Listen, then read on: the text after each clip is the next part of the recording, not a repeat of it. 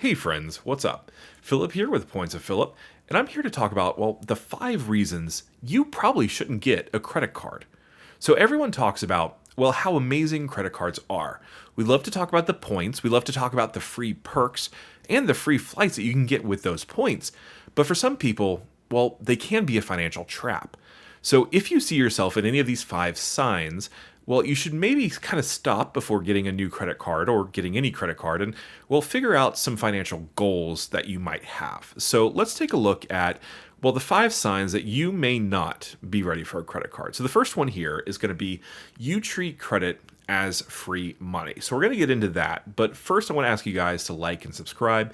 Doing that helps me and YouTube know that what I'm doing is helpful for people like you.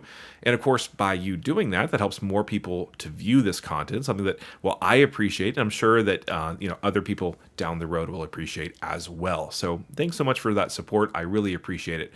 But now let's get into that first reason. So you treat credit as free money. So if someone tends to see $5,000 credit limit as $5,000 to spend immediately, that's a fast track to debt. So without disciplined spending habits, interest charges can really far outweigh any rewards, especially if you're someone who's in that subprime category of borrowers, right? So if you're someone who, when you get a credit card, you're probably closer to 30% interest than closer to 20 or 18% interest, then this really can be a tough and expensive lesson to learn. The adage is money is burning a hole in your pocket. And I'm familiar as someone who grew up in a poor household. When you're poor, any kind of money that comes into play that's spendable immediately is already spent. And the reason why is because, so say if you're poor, and I definitely was in high school, I was actually homeless for a couple of semesters. You don't do things you need to do, right? You don't go to the doctor's office. You don't go and, let's say that you don't get a new computer for school or something like that. If there is some sort of financial windfall, you do the thing that you should have done a year ago, 2 years ago, right? This money is spent as soon as you get it. And that's how I viewed my first credit card. So my Capital One Quicksilver, I think it came with like a $600 or $700 credit limit at the time. And I actually legitimately viewed that as Capital One giving me money. And I spent it like that. I went ahead and maxed it out, and I paid the minimum monthly payment. And then after I paid the minimum monthly payment, I used it again to re-max it out. And I did that for a couple of years before I started to wisen up and actually start paying that off. And that was very expensive, right? So now, even at, I think it was 27, 28% interest on a $700, $600, whatever it was, credit limit, in the grand scheme of things, not that big, right? But that interest that I paid far, far outweighed the 1.5% cash back that I got on my Quicksilver, right? And that's the thing here, right? So if you're someone who views credit limits as free money that needs to be spent, this is dangerous, right? So I have a current credit limit of, across my personal cards and my business cards, of I think it's like $270,000.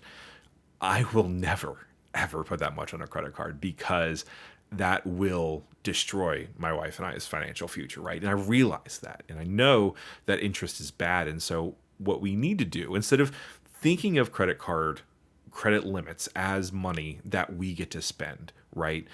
Think of it in terms of what your budget is.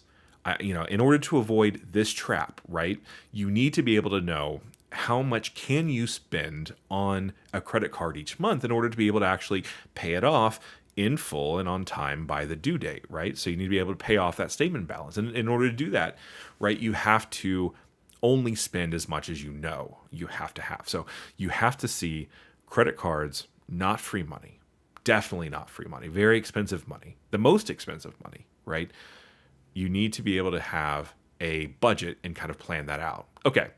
So the second reason you may not want a credit card, or credit cards are not right for you, is if you carry a balance every month. So if you don't pay in full, the interest rates, often 20 to 30%, will eat away at your finances. This can turn even small purchases into long-term expensive debt. Now, This is really kind of the crux of it, right? Because you can completely pay your minimum payment on time by the due date.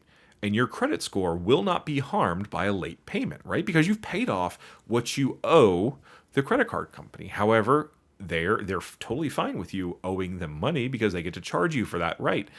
And this is the problem because and when Dave Ramsey says that credit scores are an I love debt score, I think this is what he's talking about, although he's kind of inartful in how he says it. You can look like a very financially healthy individual and still be in a lot of crippling credit card debt, and you will not actually be a financially healthy individual, right? So this can be a problem. Now, of course, it's possible that, having this issue, right, high utilization, right, if you max out a credit card and you only pay the minimum payment every month, your credit score is not going to look as good, right? But your payment history, the 35% of your score, is going to look pristine if you're just paying that minimum payment, but your bank account will not. And that's why we need to make sure that we're paying off that statement balance in full and on time by the due date, right? So that's very important. I know I'm using my hands a lot, sorry.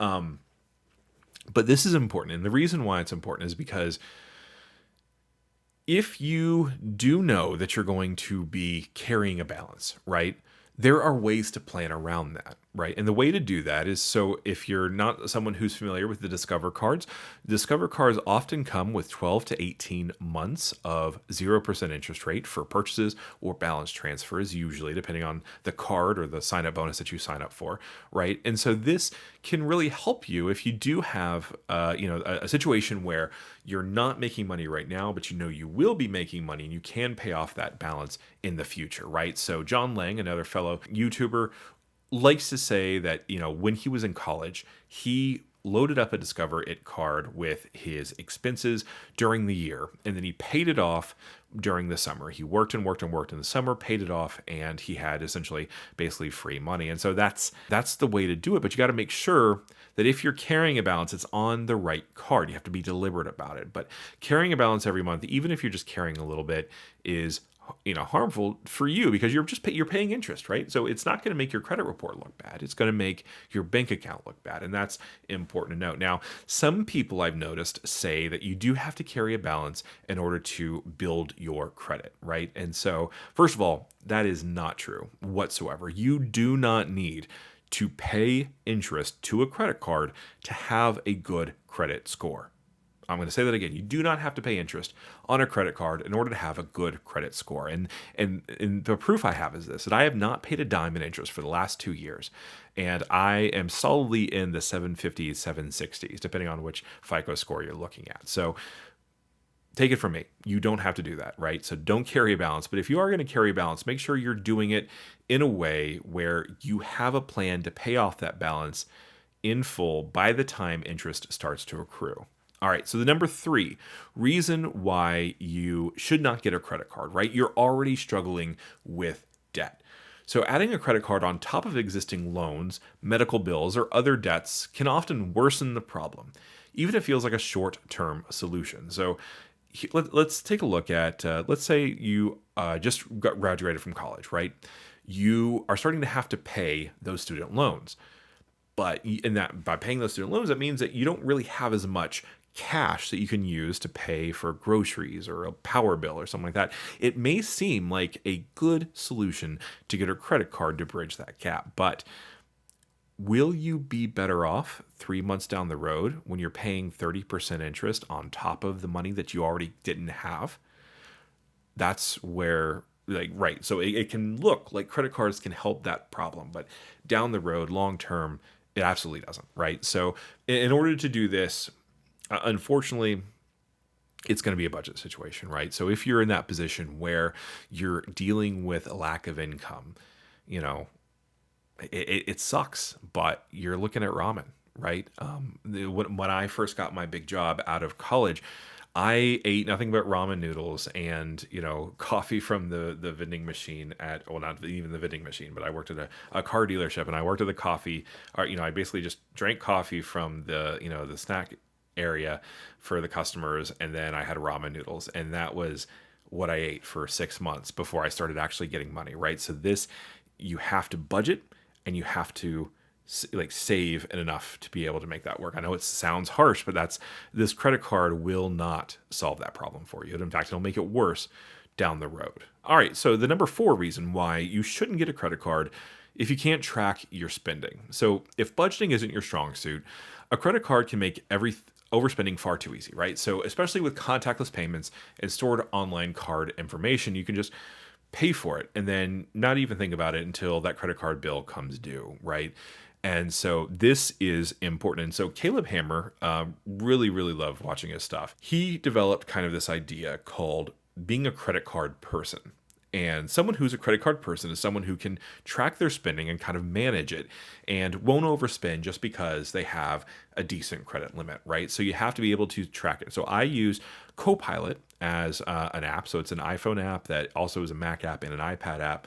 I use Copilot to track my spending. So I know that if I open my app, it says I can spend another $200 on eating out for this month, according to my budget, right? And so like if I go over that, it tells me, right? It notifies me. It has big glaring red letters, right? So you need to be able to track your spending. And so if you're someone who's kind of struggles with that, getting a credit card may not answer that question for you, right? You got to get that spending under control, prove to yourself that you can be sensible with this, and then you can get a credit card, right? So the 5th reason is if you're chasing rewards at any cost. So points and miles are great, but if you're spending just to earn rewards, you're likely losing money overall. So the value of perks rarely beats the cost of unnecessary purchases, right? So I, again, have to go back to, my own example, right? So my wife and I got the business gold card with American Express. We had a 150,000 point offer for after spending $15,000 over the course of 3 months. And so that means you have to spend $5,000 every month. And so we could do it. That was about how much we spent on non-mortgage bills. And so, we had to be very deliberate about putting, all of our bills on that credit card. But we did go a little bit overboard. And so we fortunately had, between my wife's bonus, we were able to pay that off, but we did go above our budget. And the reason why was that 150,000 points. And, in our, minds, we were like, okay, we need to make sure we do that. Chasing those rewards, like 3 points per dollar or 4 points per dollar if you have the gold card, is not going to be worth paying 28%, 29%, 30% off of that balance. So that's important to note too. All right. So one of the things that I just want to kind of sum up, right? So if you saw yourself in more than one of these examples, it's not the end of the world, right? But it is time to fix those habits before you add credit cards to the mix. So when you're ready, they can be very powerful tools, and I'll be here for you, ready to help you figure out what needs to go in your wallet. But until then, steer clear and maybe work on getting those budgets in order, right? So figure out a budget app. It doesn't have to be Copilot. It could be Every Dollar. It could be, the Dave Ramsey app, whatever it is that works for you. Do that and then enjoy the credit card game, because honestly, those free flights, they feel a lot better when you don't have that credit card debt hanging over your head. All right. Thanks so much for joining me, guys. I really appreciate you being here, and I can't wait to see you guys again. Until next time. Bye.